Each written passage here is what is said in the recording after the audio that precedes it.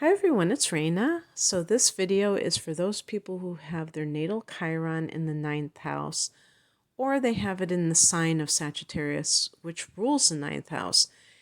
There are going to be some people who have both, and this will enhance, really, hit home some of these tendencies. So Chiron is an asteroid which can represent our unhealed wounds. What we want to do is we want to look at what house Chiron is in and what sign it's in. And we're going to combine both of those to get the best understanding of what we're dealing with. In this particular case, we're focusing on, most of you will have either it's in the ninth house or in the sign of Sagittarius. So also look at the other aspect of that to get a fuller picture. And the ninth house and the sign that rules it, Sagittarius, and the planet that rules it, Jupiter, are all about belief systems. So it's a house of philosophy, but it's a house of God because obviously there are what we would call dogma or belief systems that are of a religious nature for organized religion. So they vary from religion to religion. Sometimes they have unifying themes. But in any case, it's how you choose to live your life, by what values, what the ninth house is also the house of long distance travel and higher education, abstract thought. So I would call it the house of wisdom versus just mundane knowledge. Although the university, I don't know if that's all not mundane. It could be very easily. But the point is that this is the house of expansion. That's why Jupiter is connected to it, because it's taking, who you are as a human being, and it is helping you to grow. So whether it is you going to places that are outside of your comfort zone, that are not, in your local area, and just encountering people who are foreigners, foreign lands, and having an understanding of the differences that exist, that it's not just about you and your, little world. And then it's also about different ideas. It's about the idea that we're not just these physical beings, so that the religious philosophies that talks about who we are beyond just our day-to-day lives, and what else we can aspire to. So in any case, Chiron is going to show where there is pain being triggered in these areas. And so as I have been doing with this series, I've been compiling my list from a site called jessicadavidson.co.uk. So thanks to her site for this. I don't know if she is in particular an expert on Chiron, because it seems like her stuff comes up first and foremost when I was looking, and I really liked how concise it was. But I did put in my own words, and so that's important to know, because sometimes it might differ from what the person intended to say. And quite frankly, some of the things that she said I didn't necessarily agree with, and I did put in my own words because I felt it was a better way of expressing it. Like, for instance, the first thing I put down here is oppressive belief system causes wounding growing up. And I used the word oppressive. She did not. She I want to see exactly what she said. She said, feeling of being wounded by the belief system you grew up with. Okay. Now I said oppression. And the reason I said this is because when we're talking about dogma, we're talking about do's and don'ts associated with religion. And a lot of people in this world have been turned off to God because of their religious upbringing. And that is a perfect example of why that occurs. It's because they feel like they can't live up to those ideals. But see, part of it, the oppression, is because the tactics that are used are shame, guilt, fear, and these are oppressive tactics. They make a person feel like they don't have freedom. And that is one of the main things about Sagittarius, or the ninth house, is freedom. That's what travel is all about, is that feeling that you can move where you want to move and go where you want to go. And so when people are raised with these very strict religious upbringings, they are restricted from doing certain things, and that in and of itself can create these kinds of feelings of oppression. Now, if you are a sun in Capricorn, you may enjoy being restricted, because Saturn is all about that. It's about authority figures and things like that. And so, a traditional sign like Capricorn may welcome strict guidelines, or even Virgo has very regimented system, and that can feel safe. When you have like do's and don'ts, and you just follow the instruction manual and you'll be fine. But there are certain signs in, like, I'll say, like Sagittarius or Aquarius, or that don't want any kind of challenge to their freedom. And that can feel very traumatic, quite frankly. So it does depend on the individual how they will experience this. But this is something that does happen, where people feel like they're constantly failing, they can't live up to it, they're going to burn in hell. All of these things that keep people in line, but make them feel very anxious. And when they grow up, when they're not going to that religious school or that church anymore, they unfortunately will reject religion out of hand and may become card-carrying atheists, and the problem with that, there's nothing wrong with whatever a person chooses to believe, even if it's an anti-belief, if it's a belief against something. But the problem is that the ability to find meaning in life can also go away, and that's when it becomes problematic, because if your belief system is not to have one and to think that they're all meaningless, that in itself can create a life that feels meaningless, and then that can create its own wounds, because one of the things that she was talking about here is the disconnection from the higher self. And that is something that is that can occur when you reject anything beyond the physical. And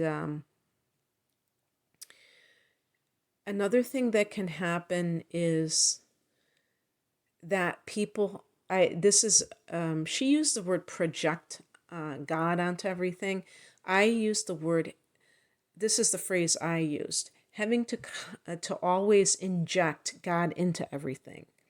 Now, this is a tricky one. I will read exactly how she put it, because I was trying to understand what she meant. She said her literal statement was tendency to project the need for God or meaning onto external sources. And I put having to always inject God into everything. So I said inject. She said project. Semantics. I think that's the same thing. What I'm taking from what she's saying is that everything that happens to you, you have to attribute some spiritual reason for it. Now, technically, a lot of people who consider themselves spiritual on a spiritual path will do this. We will say, oh yeah, it was my karma, or oh yeah, the universe wanted me to blah, blah, blah, right? So we do that. But I have seen people do this to the nth degree. And I don't know if that is really some kind of a bad thing that's going to be detrimental in somebody's life or not. But I suppose sometimes I see people saying that was God's will, everything that happens, like it's almost like a reflex kind of a thing. And I think sometimes it's almost like not ever taking personal responsibility and making it an outer force. And she didn't say anything about the devil, but I think that's almost more so, where they say, oh, the devil made them do it, and not taking personal responsibility. No, the disconnection from God made them do it. The disconnection from their higher self made them do it. The disconnection from or their lower nature being, taking over, their shadow self taking over, their inability to acknowledge their shadow is what caused them to do this terrible thing.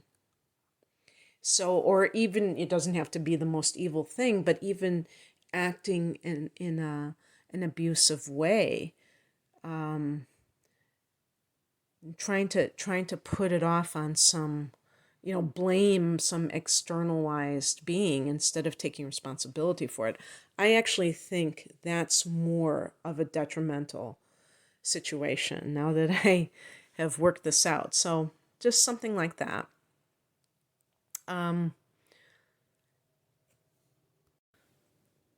The inability to materialize your visions. So, the ninth house is prophetic, and certain people may have the ability to, maybe they have a vision of what is going to come to pass for them or what is possible for them, and yet they can't seem to get there. And then they feel like they failed.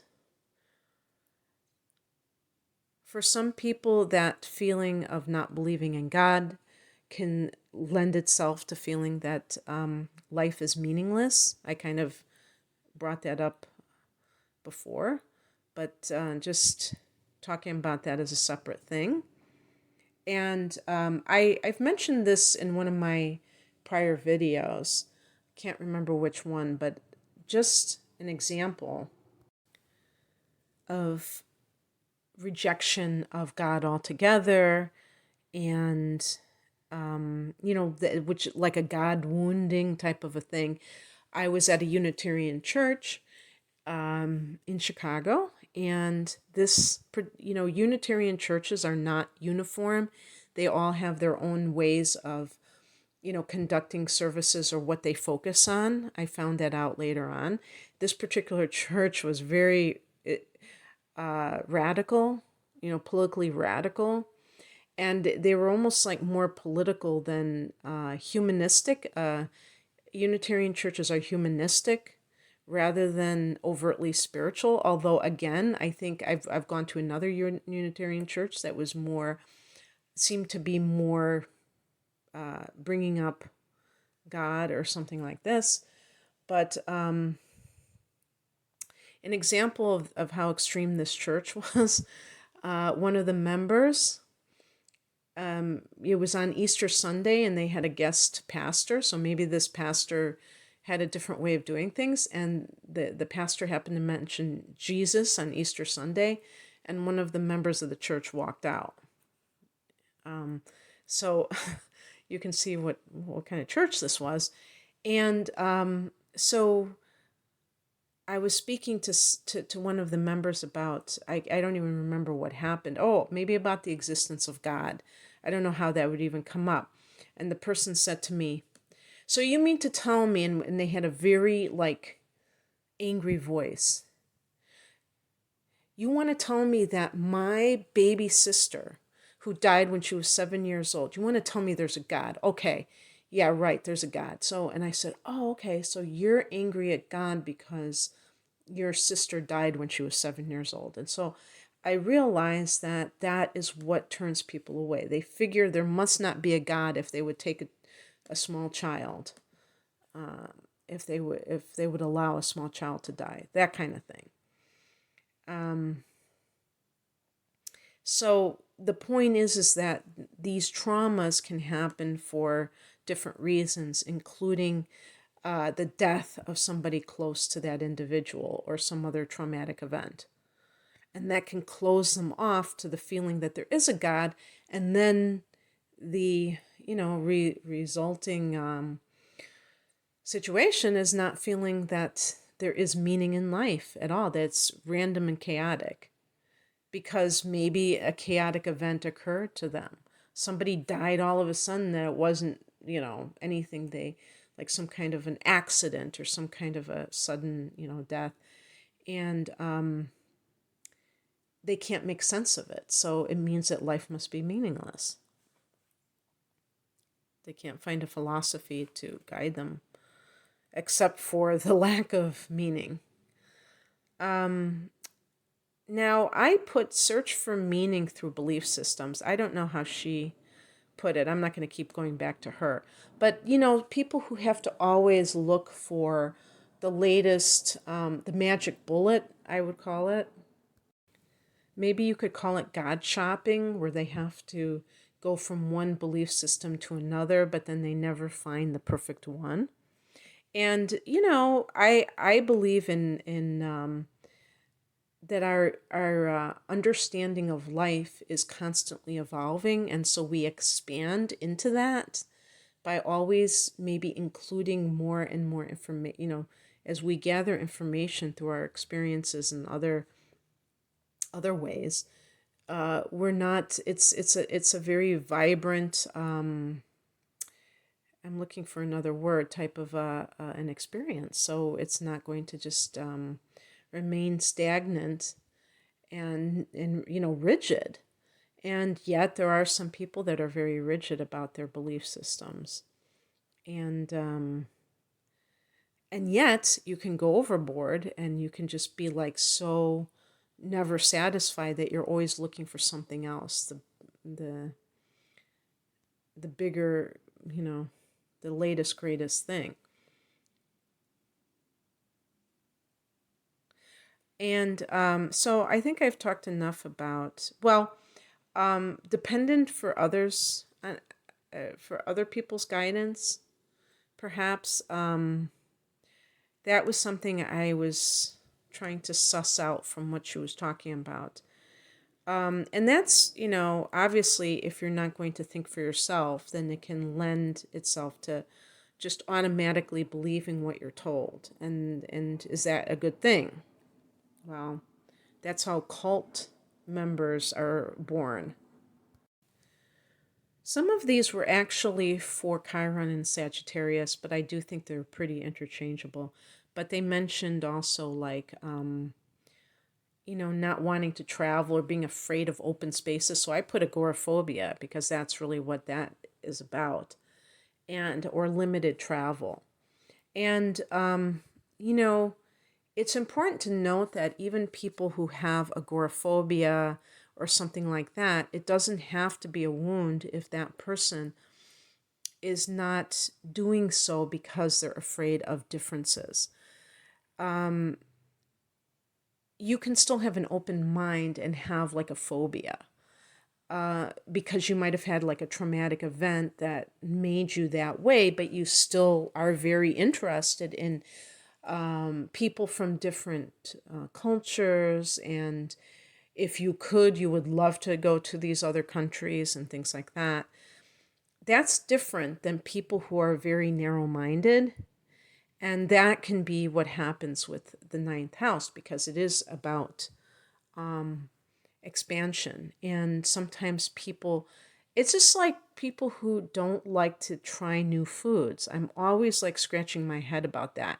And they're like, does it taste like what does it taste like? And it's like, are you going to die if you taste something and you don't like the way it tastes? It's like they're afraid of trying something that's different. They're afraid of like the difference. I don't get it. I literally do not get it. And I don't throw around the word literally that often. So yeah, so things like that, like being afraid of differences and new vistas, wanting the same old, same old. So, and then the other, was there something else? There was something else. Now they mentioned wounds by traveling. So yeah, I mean, if you have some kind of a thing, I didn't, they didn't elaborate. She didn't elaborate too much on that particular one. What I would guess, if you're traveling, I mean, I'm thinking that it's not going to necessarily be like a traumatic event, like you have an accident and you're abroad and you're far away from home. I wouldn't imagine that's the same as something like Pluto, like it's a crisis situation, life or death situation, but more like feeling like you're looking forward to traveling, and you find that people from other countries can be just as bigoted as, against you as you experience people around you bigoted against them. Like you're a very open-minded person, and you're met with prejudice against you and things like that. And or just feeling that wherever you go, there you are. That's one that I always tell myself. Wherever you go, there you are. Because they did mention people who just are, it's almost like compulsive, constant traveling to find the meaning of life, or to me, it can be a form of escapism. Like not wanting to actually commit to anything. And